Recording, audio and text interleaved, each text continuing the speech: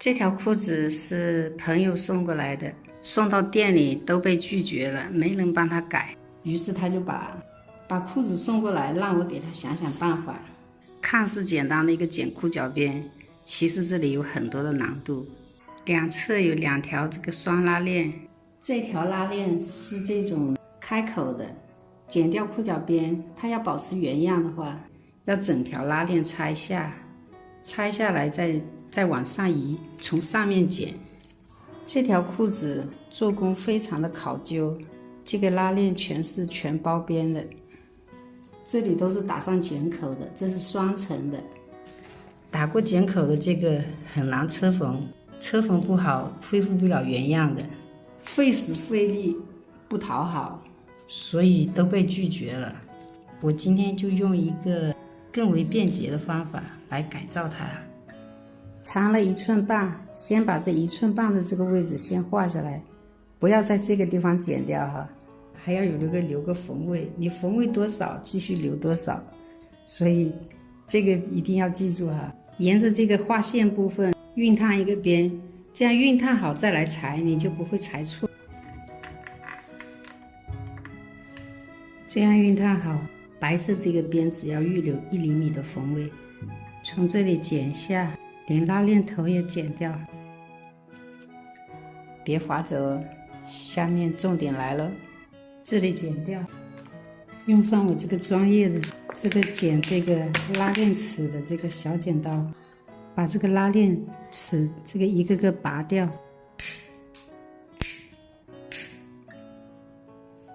这样把这个剪掉，装上这个拉链指口。如果你没有买，可以用原来的拉链的上面拆2个下来，这个指口把它这样用钳子把它夹紧，这样拉链就不会脱位。另一边也相同，这边也把这个拉链齿剪掉，也加了一个这个拉链指口在这里剪掉，这样窝进去，这样用长针法进行缝合，就保留这个原锁边线和这个连接。这里锁边是被我拆掉一点，我用手工进行锁边的这种方式，就是来锁边缝，这样锁边就完成了，这样就不会脱线了。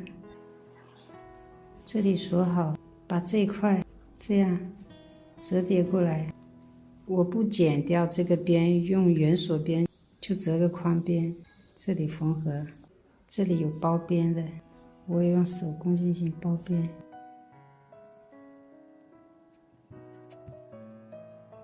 这样缝合好，这样折边，把这拉链头藏起来，翻过来，沿着这里车缝。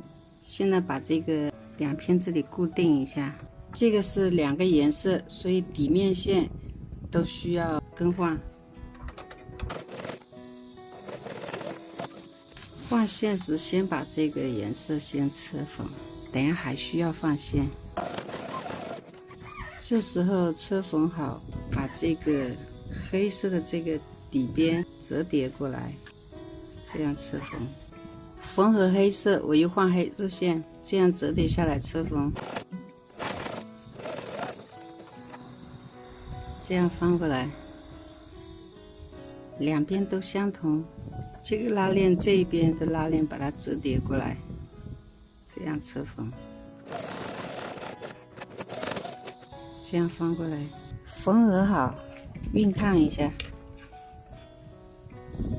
熨烫好，从反面用三角缝把它进行挑边。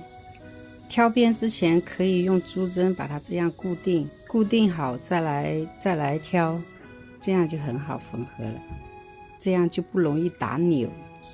这个叫三角缝，也叫千鸟缝，去年就有出过这个教程。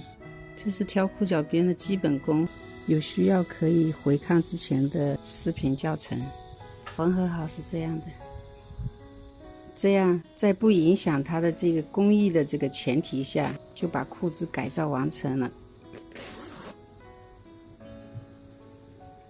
这个方法是不是很简单呀？您学会了吗？